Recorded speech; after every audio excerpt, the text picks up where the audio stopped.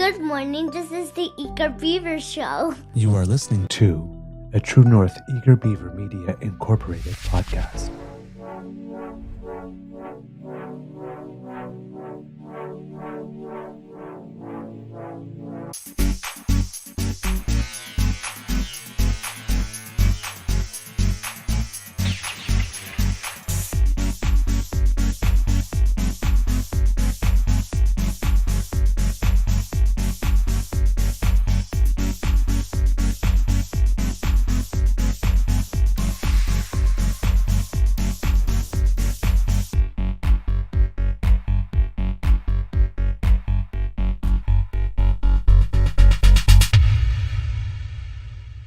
The True North Eager Beaver podcasts are proudly brought to you by our founding sponsors, the Misfit Mysteries from Corvid Moon Publishing, your source for science fiction, fantasy, and cozy mysteries featuring a broad diversity of characters, CanadianTarot.com, your uniquely Canadian online eclectic tarot community, and the Pepper Master, hot pepper sauces made from farm-fresh ingredients to thrill your taste buds and expand your mind.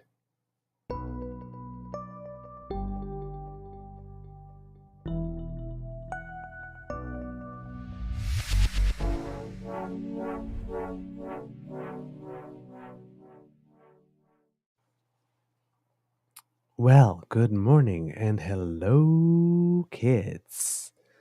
I hope you're doing well.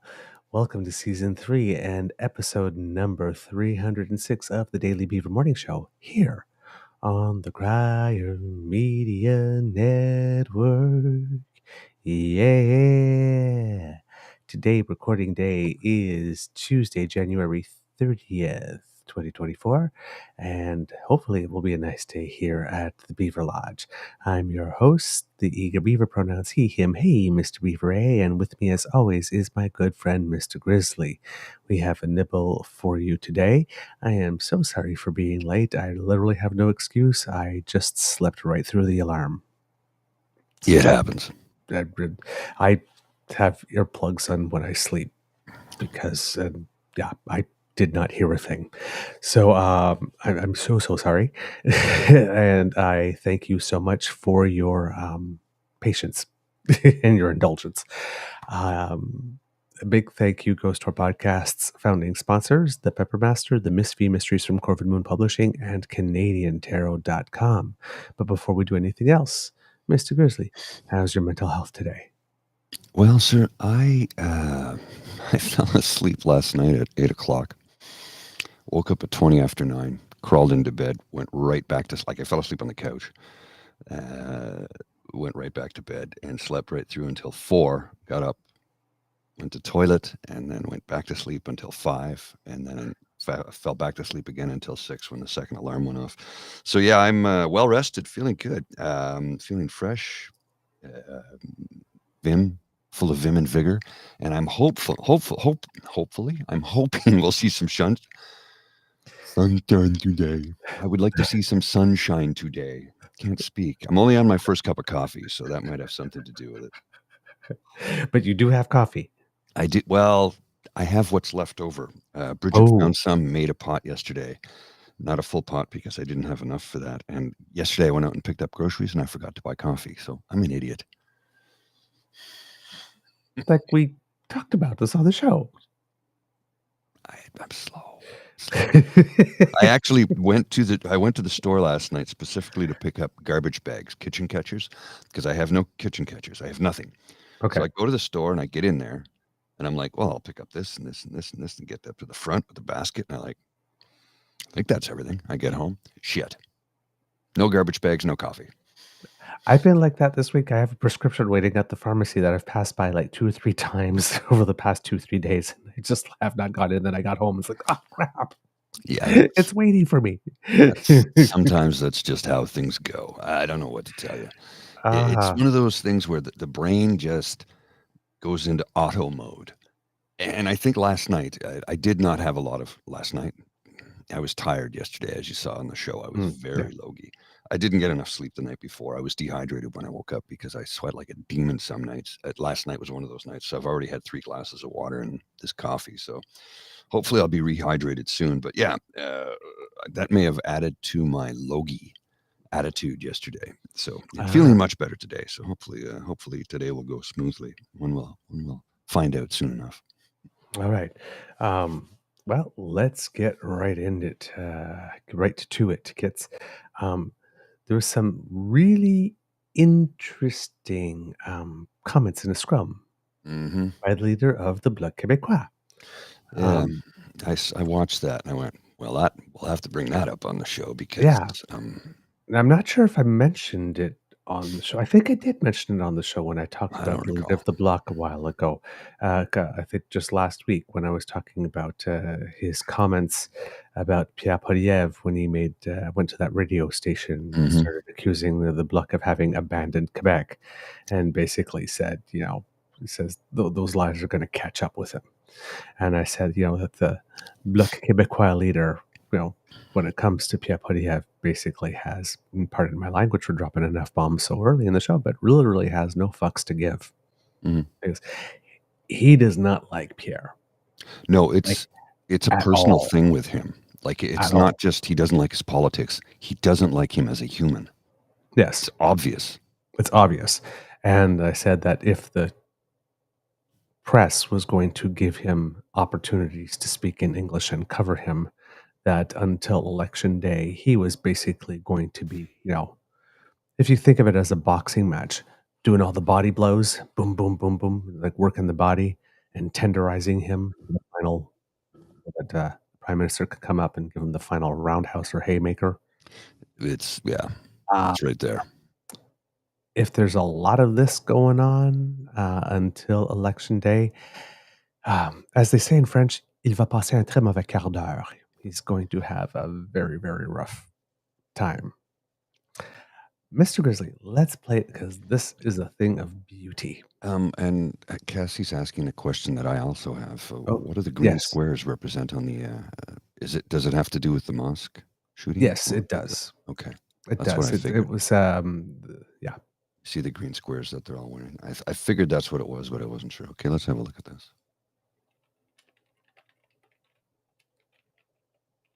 Is there no sound?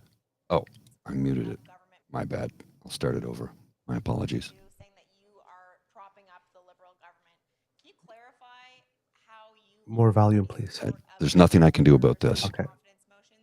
Do you mind if I believe that question would have been more relevant than that one? I don't have much to say about that. I said yesterday on X, because I'm sure. Let's start that again. Wow. All kinds of technical issues this morning. I apologize. There's some problems here. It was not showing up, and now it is. So here we go. Let's try it. You saying that you are propping up the Liberal government. Can you clarify how you view your party's support of government measures and confidence motions? Do you mind if I believe that question would have been more relevant than that one? I don't have much to say about that. I said yesterday on X, because I'm sure to find some other libertarians over there. There's Poilievre and there are others, that he says anything. Anything is good in order to have you ask me a question about the slogans he's going to repeat over and again. He says, I support the liberal economic policies. Poilievre has not presented one damn economic policy since he's been there. His approach about economic policies is like trying to remove fightings in hockey in removing the referee. Yeah. They have no economic policy at all. So I cannot be for or against. There's none. But you could clarify your position on the government's policies. I voted against all the last budgets of this government, and mise à jour économique, I do not know how to translate that. So why do you think the Conservatives are tying you to them? There's no limit about the level of lights he wants on himself. I hope Stornoway has a lot of mirrors in the rooms because he really does like himself.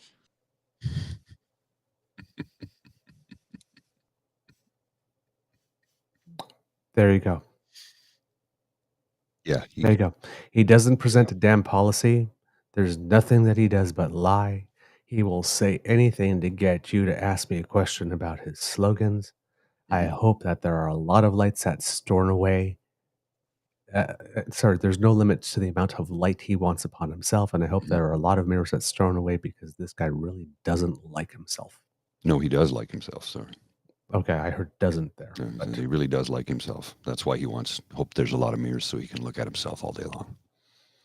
so, yeah, he pretty much nailed it. Yeah. Yeah, he doesn't give a damn, and he doesn't need to. He doesn't give a shit.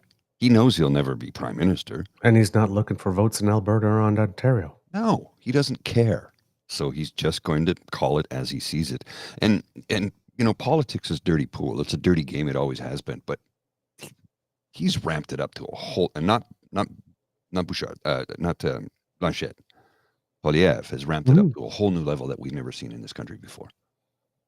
Yep. I mean, having the audacity to call the prime minister a Marxist and then never have to answer for it. What the hell is going on? Yep. And right there is where you see the value of the bloc. Mm-hmm. You may not like the bloc. You may not think it has to be a federal party. You may hate its politics in terms of separatism or whatnot. Mm-hmm. But the bloc's philosophy is if it's good for Quebec, they vote for it. If it's not good for Quebec, it doesn't. And they don't try to sabotage the rest of Canada. Well, So if it's a policy that has nothing to do specifically with Quebec or Quebec identity, you're probably going to get the straight poop. Mm-hmm. Well, something that's always troubled me, and you may recall this a number of years ago when they were having a federal debate, and they said Elizabeth May should not be a seat at the table because they have no seats. I'm like, then why is the leader of the Parti Québécois there? He represents one province. They have ridings in only one province. And although the Green Party had no seats across the country, they were running candidates in every riding. So which one is national and which one isn't? But nobody ever answered me as to why that was the case. Well, it's federal and it's this. I'm like, yeah, but that's still not a decent answer. One party has ridings and they're running people in ridings across the country. One party does not. Mm-hmm. The party that has candidates in every riding should have a seat at the debate table. If he's going to get one, why would you deny her one? And I have a reason to believe it was probably because she was smarter than everybody at that debate. Nobody wants to face her. I think that's largely what it was. Because she too has no fucks to give. Yeah. She'll rip you a new one. Yeah, she doesn't care. Yep. She knows she'll never form government. So, why hold back? Plus, she does her homework. Well, that too. And look, do I see eye to eye with her? No. If we had to pay people on merit, Mm-hmm. based on the amount of work they do and the quality of the work, Mm-hmm. she would be the highest paid person in Parliament. Yes. Objectively. She's even respected by her peers. Yes. On that level. Mm-hmm. You don't win parliamentarian of the year, which she has, I think, twice. Voted on by your peers in Parliament. If you haven't earned their respect, if you're not doing the work. It's like they do fear her. Oh, yes. Yes. And they fear him. Mm-hmm. Because they don't care. They're going to call it as they see it every They will slap single time. And I'm here for it. I'm here for it. Yep. Because they need to be called out for their lies. Yep. Now, this is one thing I like about the block. The thing that I don't like, what was going on here, is when you're talking about the green square. Mm-hmm. The green square represents the green carpets in the Quebec City Mosque. Was that what it was for? Okay. Yeah. Because about 7 years ago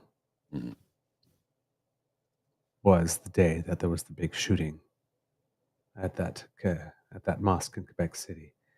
And I think that was January 29th. So yesterday was the anniversary of that day. And I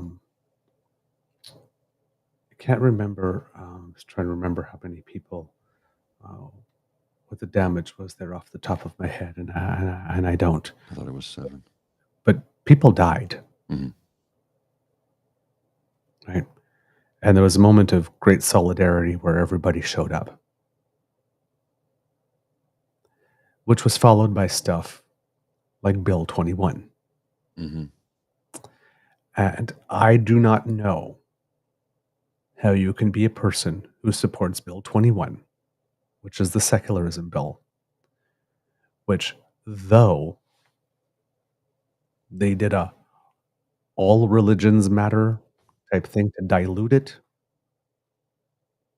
within it, they made it apply to all religions. But remember, they didn't want to take down that crucifix from the Assemblée Nationale at first. They eventually did, but they really fought that, which kind of betrayed the fact that it wasn't about all religions, really about one. Yes. And then they threw in all the others to sort of like say, oh, no, we're not bigoted. Mhm. Because I do not know how you could be a person who lives in a province and actually supports a bill, and I will say it again, that forces certain citizens to pay the same taxes as everybody else and yet not have access to the same jobs as everyone else. And when that bill was originally proposed, it's not only same access to all their jobs, but even same access as government to government services. Originally, when that bill was proposed, Mhm. you wouldn't have been able to go and get your driver's license or deal with the government or file something in provincial court.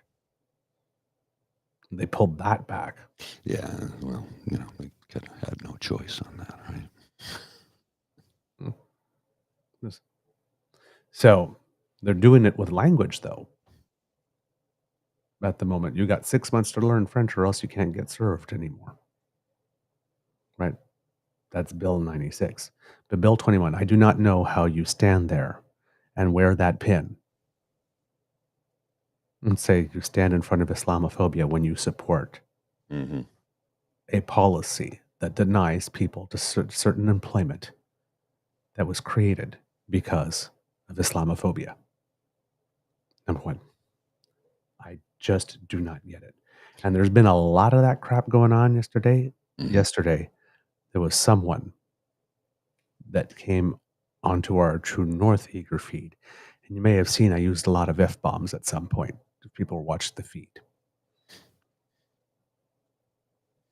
Because I pointed out something about Pierre Poilievre.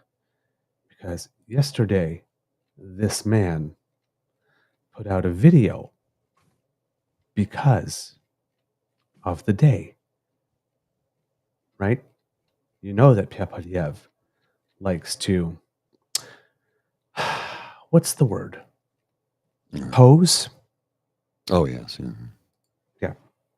One of the nicknames I have for him is Poser Pierre.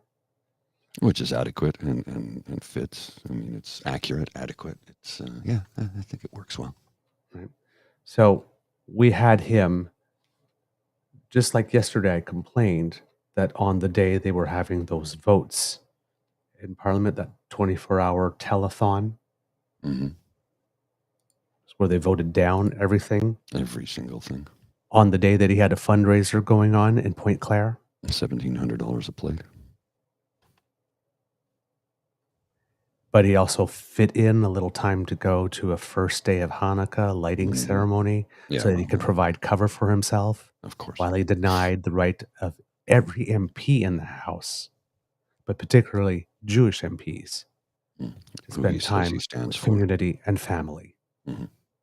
While they were voting against funding for a Holocaust museum and a Jewish community center in Vancouver. And he was voting remotely. Mhm. So I don't know if he took a moment to vote remotely while he was gone on those two issues himself. There was a shot of him with an iPad up, apparently voting.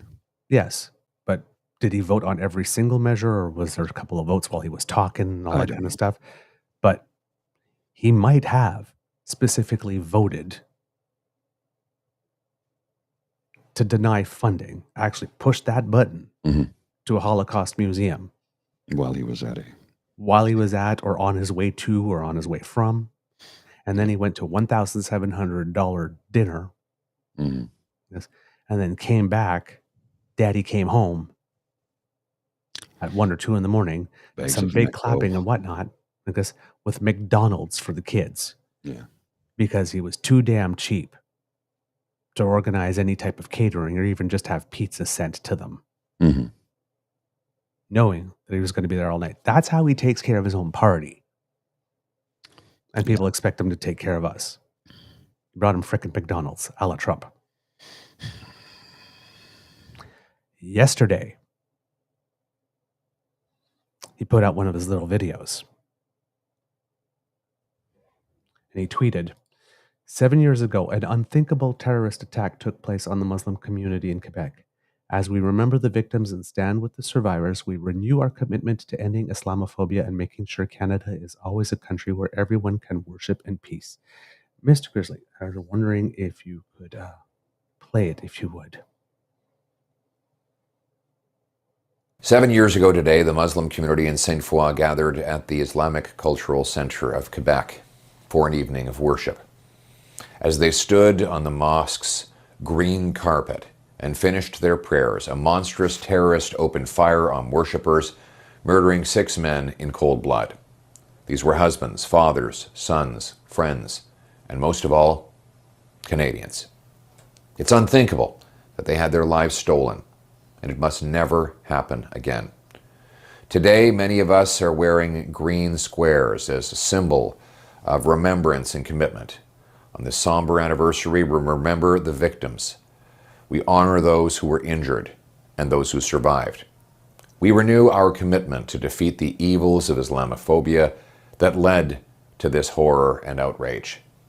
And always keep Canada a country where our citizens are free to worship God in peace and safety. Okay, number one, it would be Allah Mm-hmm. in this case. Yes. This one made my blood boil. Now, you saw him, he had those eyes that he does when he wants to try and pretend he's sincere, and he brought out his soft voice. Mm-hmm. Mr. Grizzly, will you please put this up? Because this motherfucker, pardon my language, 7 years ago, after this attack, this Liberal MP, Ikra Khalid, Mm-hmm. sponsored motion number 103. This was on March 23rd, 2017. Private Members Business M13, Systemic Racism and Religious Discrimination. Motion text. That in the opinion of the House, the government should A. recognize the need to quell the increasing public climate of hate and fear, B. condemn Islamophobia and all forms of systemic racism and religious discrimination, and take note of House of Commons petition E411 and the issue raised by it, and C. request that the Standing Committee on the Canadian Heritage undertake a study on how the government could 1. Develop a whole-of-government approach to reducing or eliminating systemic racism and religious discrimination, including Islamophobia in Canada, while ensuring a community-centered focus with a holistic response through evidence-based policymaking. 2. Collect data to contextualize hate crimes reports and to conduct needs assessments for impacted communities, and that the committee should present its findings and recommendation to the House no later than 240 calendar days from the adoption of this motion, provided that in its report, the committee should make recommendations that the government may use to better reflect the enshrined rights and freedoms in the Constitution Acts, including the Canadian Charter of Rights and Freedoms. That was the text of the motion. Conservatives opposed this motion because it contained the word Islamophobia in it, and they wanted to do an all religions matter thing to it by listing all the others, even though it says Islamophobia and all forms of systemic racism and religious discrimination. They wanted them specifically listed, or the word Islamophobia removed from it. So it just said all forms of religious discrimination. That did not pass, that portion of it. The vote on that motion was yes 201, nay 91. The nays came primarily, if not solely, from the Conservative Party of Canada. And Mr. Grizzly, if you would, please. That's really blurry.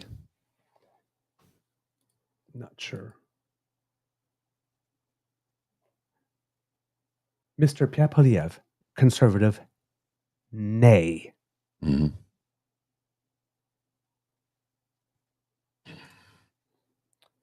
Shortly after the attack, Mm-hmm. he could not even bring himself to support a motion which has no teeth, has no force of law. None. Zero. To condemn Islamophobia and actually have a House committee study the issue to find things that the government can do to help fight them. Things that would not cost money because motions cannot have money. Private members' bills cannot have money. Mm-hmm. It's one of the rules in civics. That's why when we talked the other day about Leah Gazan's private members' bill for red dress alerts. You expect them to understand civics? Okay. You've got a leader of the opposition who is obfuscating between provincial and federal jurisdictions intentionally to drive hatred towards the PM because he wants to blame the Prime Minister for everything, most of which are provincial matters. I mean, yeah. Civics? He doesn't give a shit about civics. Yeah. Now, it was David A. Anderson, former member of the House of Commons, who's not there anymore, from Saskatchewan, who had proposed the amendment to remove Islamophobia from the motion and change the wording to, quote, condemn all forms of systemic racism, religious intolerance, and discrimination of Muslims, Jews, Christians, Sikhs, Hindus, and other religious communities. So completely not talking about Islamophobia in a motion about Islamophobia. And this guy is now sitting in front of a camera with a green pin on him, stating in a tweet that as we remember the victims and stand with the survivors, we renew our commitment to ending Islamophobia, which begs the question, and excuse my language again, but how the fuck do you renew a commitment you never fucking made in the first place?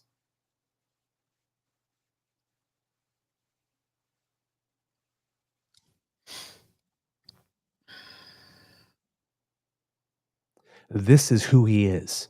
Oh, yeah. It's always been who he is. When Blanchet says there's no limits to the amount of lights he wants on him, and he loves mirrors, this is what I mean.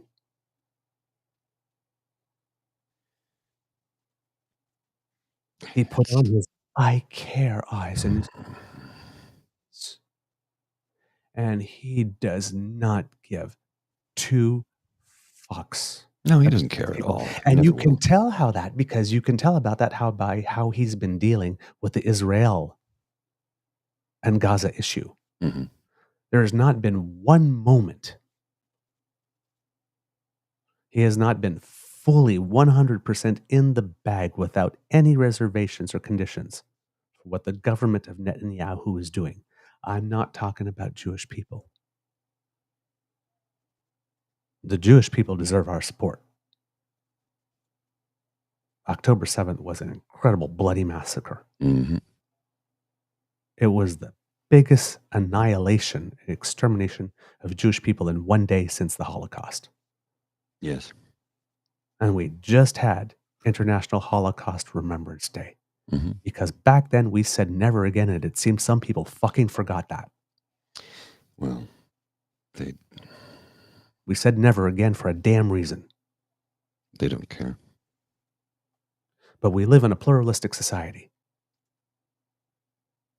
And we have close to 400,000 Canadians who identify as members of the Jewish faith, and we have about 1.5 million members who identify as Muslim. Mm-hmm. And we need to take care of all of them. Period. All of them. A Canadian is a Canadian is a Canadian. Yep. They are all our brothers. They are all our sisters. Well, it's And we are imperative. not our brother's keeper. We are our brother. We are not our sister's keepers. We are our sister. What we do to them, what we allow to be done to them, Jewish and Muslim, we allow to be done to us. It's true. We are all equal.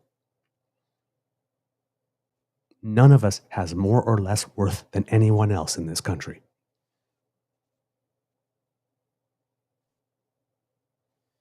And this asshole who could not bring himself to even support a damn motion condemning Islamophobia is sitting there wearing a green fucking... I am so sorry. Oh, let it go.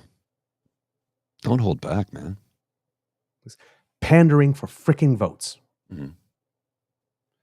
At the same time that he has all his minions going all around the country every damn day. The Franco Terrazanos and the Lori Goldsteins. Well, I have a... Finding a freaking anti-Semite under every damn rock. Of course. Painting people who are protesting, who are upset that tens of thousands of Palestinians have been exterminated.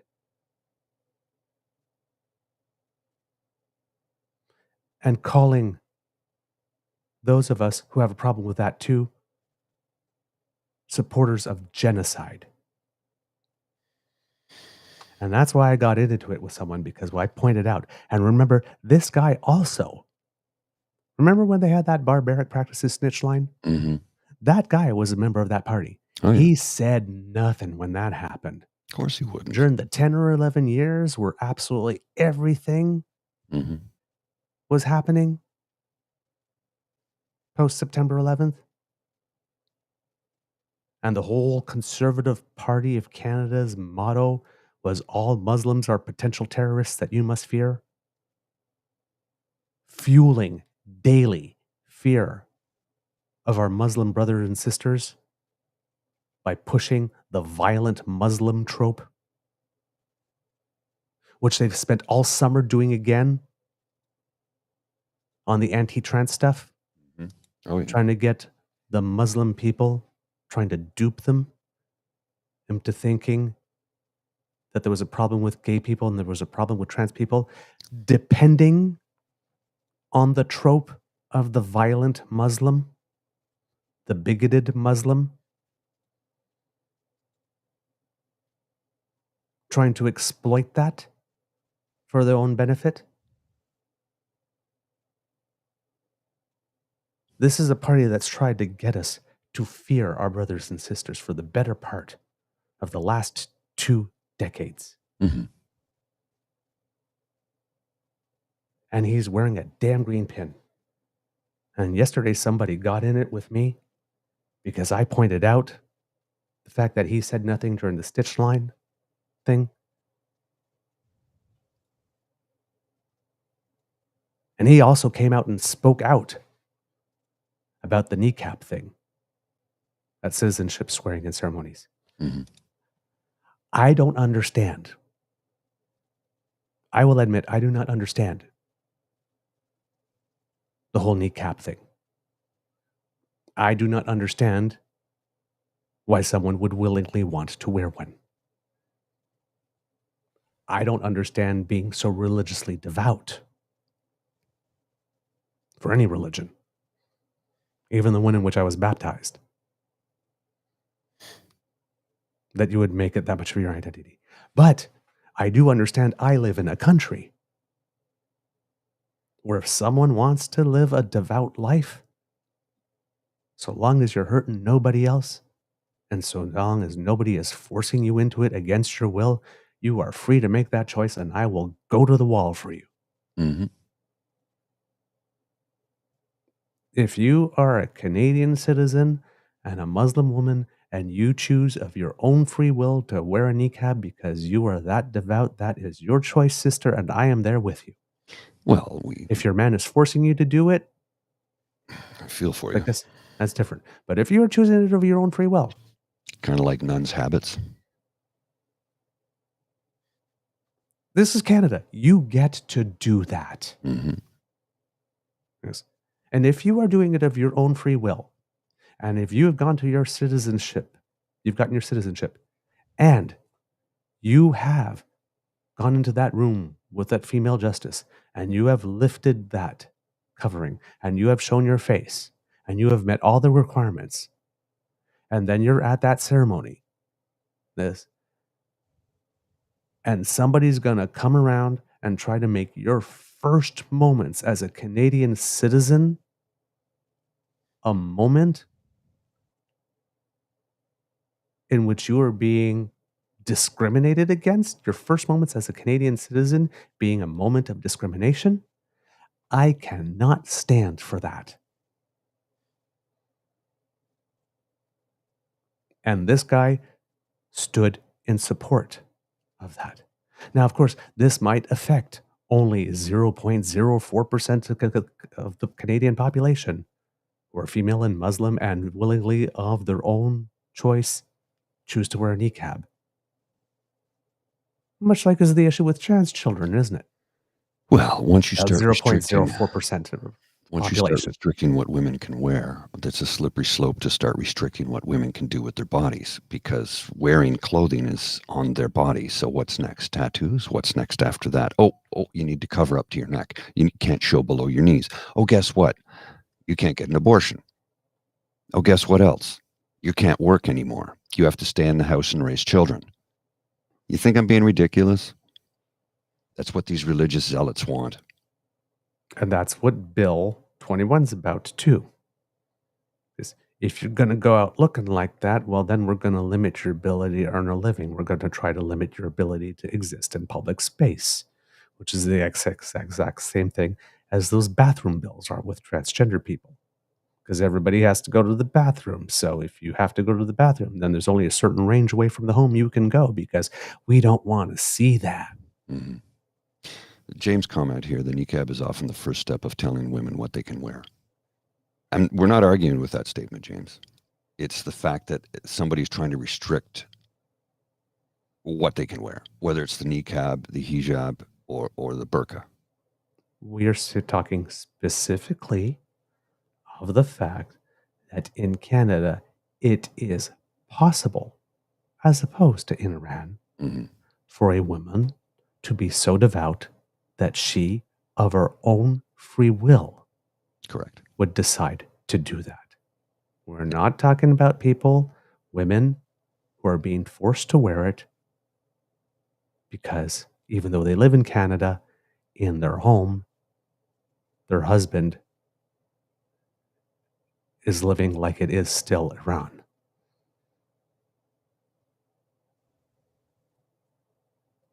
Yes. We have to open our minds to the possibility that in Canada, it is possible for someone to be so devout that they would choose it for themselves.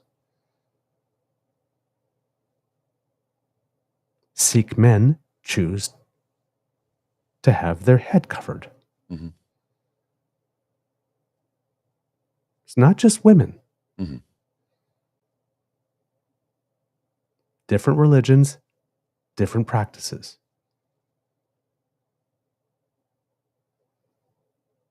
If you make, the principle is if you make the choice of your own free will and you are not harming anyone and nobody is forcing you into it or threatening you into it, you should be allowed to do it, and everybody should not have a damn opinion about it. Live and let live. Interesting questions in the chat here. I don't know if you want. I'm not willing to do any equivalencies on this, so okay. I'm not going to even entertain those questions. Okay. That's why I asked. There's an expression in French, c'est l'enculage de mouche. And in English, these are trying to butt fuck flies. I'm not going to do that. All right. Goodness. No, but it's all this stuff. Like I have a friend who's Indian from India. Mm-hmm. says, hey, I wear jeans and a polo shirt. Am I engaging in cultural appropriation because I'm not wearing my traditional garb and wearing Western clothes? Like, I'm not going to engage in these questions. The principle is, Right. if you are in Canada and you choose to wear it of your own free will and nobody's threatening you and nobody's forcing you to, you should.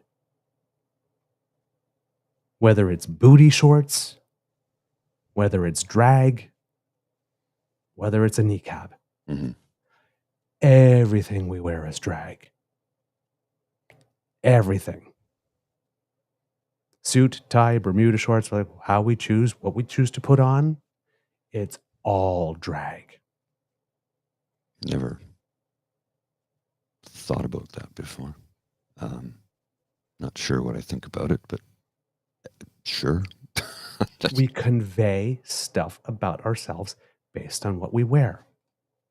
Sometimes we wear a power suit for confidence. Sometimes we wear stuff I want to look powerful and confident. I'm wearing my suit with 3 bills like this. I want to look relaxed. I'm wearing my sandals.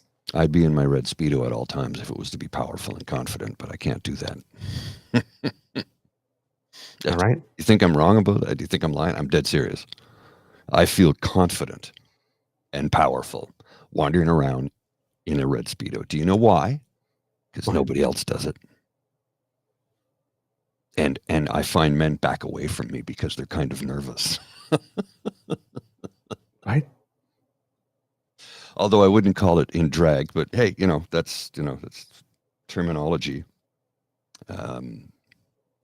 It's to each their own when it comes to that. Yeah.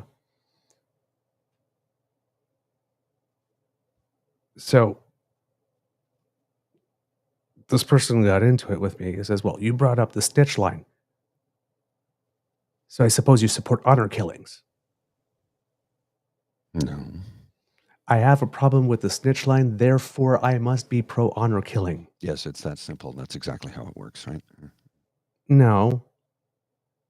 I realize that in Canada, we have this little thing called 911. Yeah. For all crimes. For everyone. No matter what. And therefore, there is no need for a very specific snitch line that singles out one group in particular for special treatment. That's what Canadians lost their minds. That's why it was bigoted. And I called the person a bigot. Because if there is something that applies to everyone, oh my God, it's like, you're calling me a bigot because I have a problem with, girls being forced into marriage, and I have a problem with honor killings. Like this. There are girls being forced into marriage in Mennonite communities in Manitoba. You have an issue with that. You're not asking for a special stitch line for them. Oh, because they worship the same God you do? Well, technically speaking, Muslims worship the same one. They just call him Allah and not God, but they worship the same guy. They just don't worship Jesus. But they did talk about Jesus. He's talked about in the Quran. Jesus is a prophet like Muhammad. Exactly. He's spoken about in the Quran. So it's like, once you start singling out people for special treatment, it is bigoted. And when something is happening to one community specifically, like, for example, when Black people are being murdered by police, and somebody wants to highlight that and said, hey, Black people get together, and their allies say, hey, stop killing us, and you say, all lives matter, you try to dilute that. When you try to dilute the pain of one specific community and all communities so that we don't talk about them specifically, or when you single out one community for special exclusionary treatment when there already exists something to deal with that applies to everyone, you're being a bigot. There are very few things in life that are black and white or that simple, but that is that simple. This is one of them. You just don't do it. And as I've said many times on this show, if you do it when I'm there, I say, I'm going to slap my hand on the table and go, not on my watch. Mm-hmm.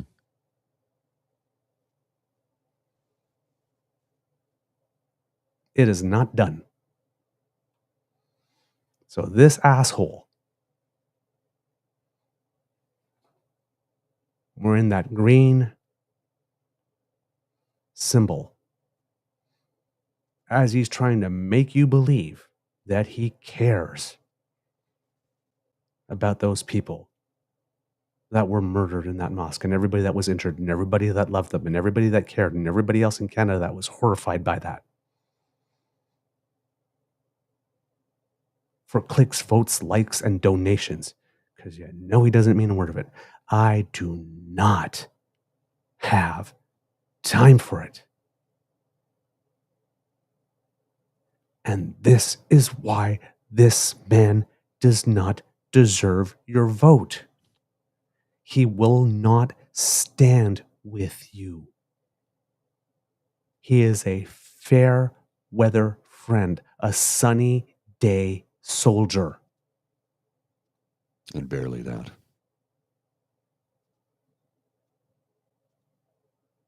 If there's nothing in it for him, you will not find him. And he'll probably be in some dark corner somewhere trying to stick it to you in some way. Guaranteed. He is not a good person. There is nothing authentic about this man. This man is a fraud on two legs. There is not a lie he will not tell. There is not a person he will not use. There is no deception he will not engage in order to to engage in self-aggrandizement of any kind. All he cares about is himself.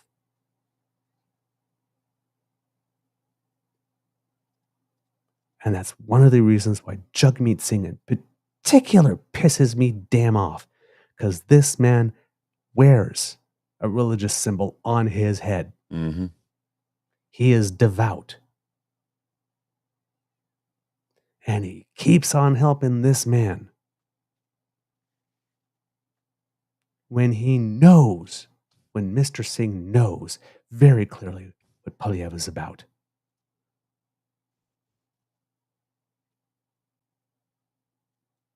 But he too is so about himself that he is willing of Mr. Trudeau and of Mr. Polyev. There is one that's willing to stand by him, and he's shown it because he signed a confidence and supply agreement with them. Willingly. Prime Minister went up to him and said, hey, give me a couple of your priorities. Let's work on them together. And despite the fact that that happened, and despite the fact that he's a religious man, and despite the fact that he knows that Polyev supports policies that would oppress people based on their religion, he still cannot see his way to picking a side.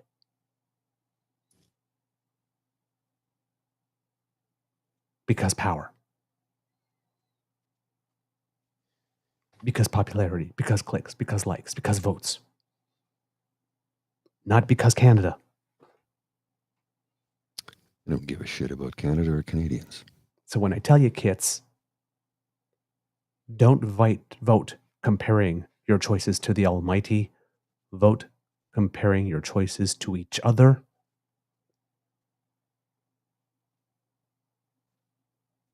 You don't have to like Trudeau.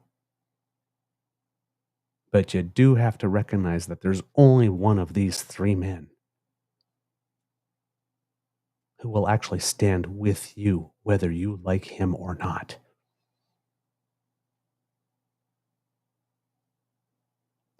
Don't vote for assholes.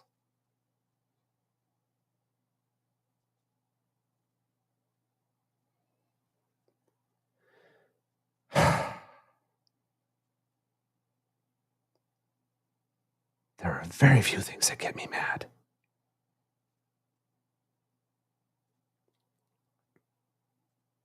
There are very few things that get me mad. But people who just do not respect the fundamental basic humanity of other people pisses me off. I can't abide by it. I just can't. Not here, not in this country. Not with the face we say we present to the world. If you want to live in a country like that, there are 200 other ones. And our Constitution and our Charter of Rights and Freedoms guarantees you mobility rights. Pack your bags and go somewhere else. I will not stop you. Go live your best life somewhere else. But do not bring that shit here. Unfortunately, that shit is being amplified by political leaders in this country who clearly only seek power. They don't want to govern. They only want power. And this leads into this, when you said you can be two different things at the same time, just because I disagree with Poilievre does not mean I support Trudeau. And here's a statement from Ed the Sock, which I think is very poignant. Yes. Hey, Ed, why do you keep defending Trudeau? I'm not. I'm defending facts. Pierre Poilievre is telling out-and-out lies, which shows contempt for voters' intelligence and magnifying fears of Canadians for his benefit. That kind of BS pisses me off. Spin is one thing. Lying is another. It's the reason we have a show. Yes. And I get called, oh, you're a liberal cock all the time. I don't care. Go ahead. You think you're harming me? You think you're hurting me? You think I care? No, I don't. Am I supporting the Prime Minister when I defend him against lies? I suppose, in a roundabout way, but more than anything else, I'm trying to defend the goddamn truth. I'm sick of the lies. I'm sick of the lies. I'm sick of the lies. And I'm sick of the liars who keep getting away with their lies and are never held to account for it. I'm going to say this time and time again till I'm blue in the face. We need to hold these lying assholes responsible for their goddamn lies. And I'm sick of it. And here's another one. Have you seen this? Here's another one. Watch this. This is God, her. 59 seconds. Gig. You cannot live in a photo op. The videos won't bring warmth to the 300,000 people without homes. His tweets won't help the single mom who's trying to make her mortgage payment next month. And his press conferences will not help the thousands of young people trying to move out of their parents' basement. Why won't he stop subsidizing the bureaucracy who are blocking construction and focus on getting builders with shovels in the ground? That's right. They really have a thing about people living in their parents' basements, right? The Honourable Minister for Housing, Infrastructure and Communities. What the Conservatives dismiss as photo ops are binding agreements with cities that have led to them to already change their rules to get more homes built. What they dismiss as press conferences included a new measure this morning that's going to extend low-cost loans to colleges and universities and builders to help those young people find a home and to free up supply in communities. And if they are concerned with housing stats as the appropriate metric, I would point out never once when the opposition leader was the housing minister did he get as many homes built as we did last year. Hey!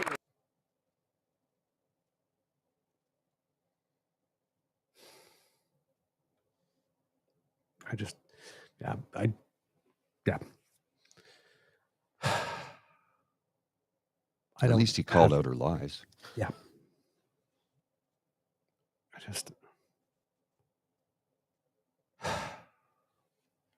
Mr. Grizzly, do we have a show? We do. I have another clip for you, but we'll show you that after the. This is a good one too. We'll show it after the credits. Right.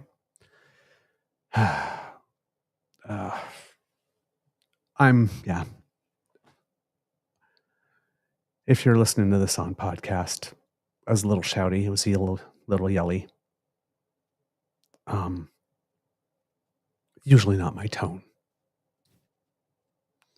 If it was a little much, I don't want to say I'm sorry. You have nothing to apologize for. But it's yeah. It's not my usual self. But that's my fire. And I try to deal with it with cheerfulness and welcoming and friendship, and some jokes, some snark, some sarcasm, a little bit of camp, singing little bits of songs, making jokes, making funny faces.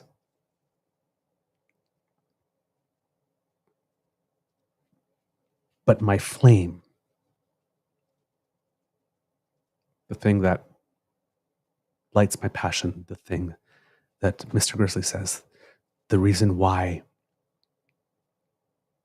I do this, the reason why I started the blog 11 years ago. That's why.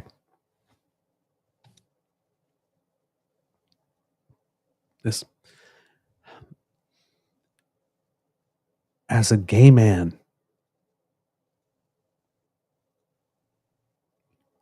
I know what it's like being hated just because I exist. I am aware that every day I will choose to wake up, I am committing an act of rebellion.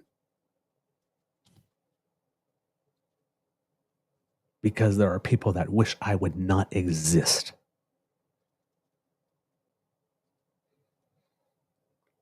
I cannot tolerate that. For anyone else, I know what it feels like, and I don't want any other human ever to experience that. You should be free to be your authentic self and live your best life. And that is not a reality in every country in this world, but it should be a goddamn reality in this one.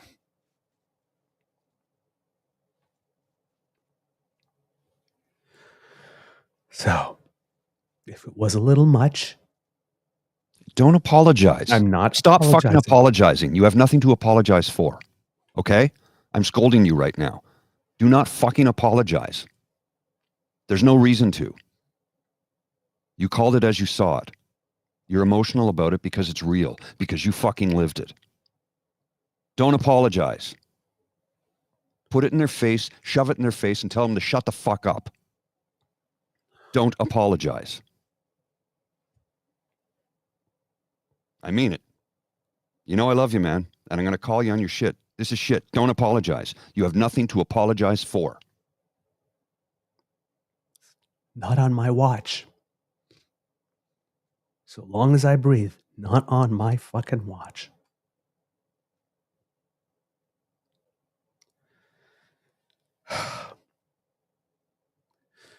We hope that you enjoyed this episode, because we enjoyed making it for you. Because democracy is something that you do. Write your MPs. Write your media. And if you have the opportunity to put your body in the way, in some way, run for something, volunteer for something, do it. Because we need you. Because sharing is caring. Please share this episode with your peeps and poops. If you would like not to miss an episode, you don't have to, thanks to the Ray Girl. That QR code under my chin is brings you to our pod page, podpage.com/the True North Eager Beaver, lowercase letters with a hyphen between each one of those words.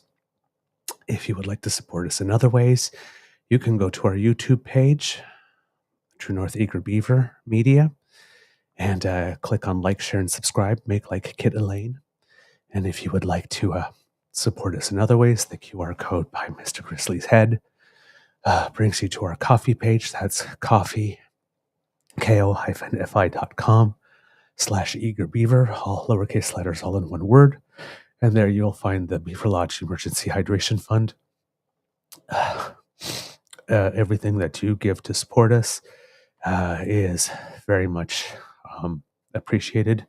A lot of you have been donating. Sorry, we haven't been able to thank you personally yet, but we will find a time on a show where we have some time at the end to do that. Mr. Grizzly, some words of wisdom, please. Yeah, when you see it, call it out. When you see hate and racism, call it out every goddamn time. Don't let it go. Do your part. Now, don't put yourself in jeopardy. I know I can because of this. The 6-foot-tall, 185-pound white male. Nobody's going to cross me. Nobody's going to shit on me. I can put myself in jeopardy. And I know I have nothing to fear. I've done it before. I'll do it again. When you see it, call it out, but make sure you do so that you will not be brought harm. Don't stand for racism. Don't stand for hatred. If you stand by and do nothing, you're culpable. So if you need to call the police, if you need to call security, if you need to write your MP or your MPP or your MLA, do what is necessary to call it out and put a stop to it. Don't put yourself in harm's way, but do what you can. Get into some good trouble. Yeah, hell yeah. And Dan or Kit Angela or Kit Leanne, if you're there, if you can put down the address again for tomorrow in the chat so that we can say it. 165 Barton Street, Hamilton. Pardon, what is that? 165 Barton Street in Hamilton. 165 Barton Street in Hamilton. If you can get there tomorrow to help celebrate Jordan's birthday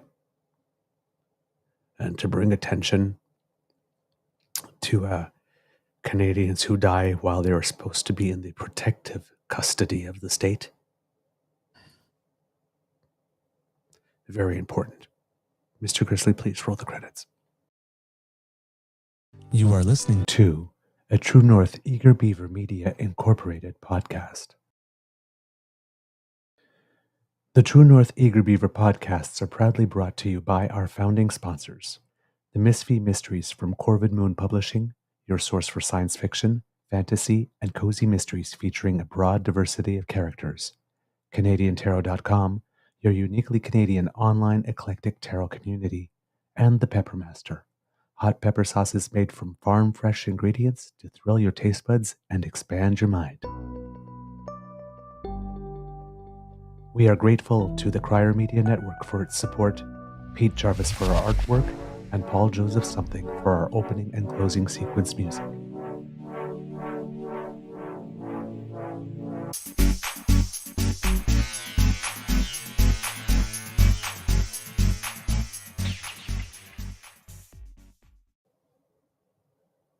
I've got a video clip for you that is showing a former cabinet member calling out hypocrisy. And you'll have to pay attention to the man in the middle. Now, this is a handheld phone video of a television program, so it's not the best audio, but kind of hits home. But I think the other reality is the Liberals need to do a better job in telling the story as to why the housing situation in Canada is in a bloody mess. It's in a bloody mess because provincial governments back in 1986 said, get out, feds, give us the money and we'll do it. And they took the money for over 20 years and didn't do it. Trudeau, to his credit, said in 2017, I am going to get back into housing. And in the last 5 years, he's been ramping up all of the programs that you've seen coming on stream. I think today he mentioned 500,000 new housing builds. But the bottom line is we spent 20 years with provinces saying, we will look after this. It's our bailiwick. It's our jurisdiction. And then they didn't do anything. And now they're the ones pointing the finger at the federal government saying it's all the feds' fault. But the reality is the provinces dropped the ball for 20 years on housing, and that's why we're in the mess that we're in. But I think... That's Brian Lilly in the middle. And looking Faye, like deer in the headlights. that's Sheila Copps speaking to those who are listening. And in that clip, there was also Faye Johnstone. It's a transgender rights activist who we keep on hoping to try to get on the show. Well, at some point, I would hope. Yes, Be able but to land her. Sheila Copps Yeah. told you what it is that we've been telling you for months on this show. It's a provincial responsibility, and they've dropped the ball on it. And our The feds premiers are the problem. Yeah. So who's coming in to fix it? The feds. Meanwhile, the leader of the loyal opposition keeps blaming the federal government for a provincial matter because he wants to obfuscate the situation, and he doesn't want you to understand civics. And he's doing it intentionally. So you will vote Conservative because he's saying he's going to fix the problem, but he doesn't tell us how. Meanwhile, the federal government is doing something about the problem the provincial Conservative governments have created. And don't get me wrong, in Ontario, there was a Liberal government for a long time that didn't do a damn thing.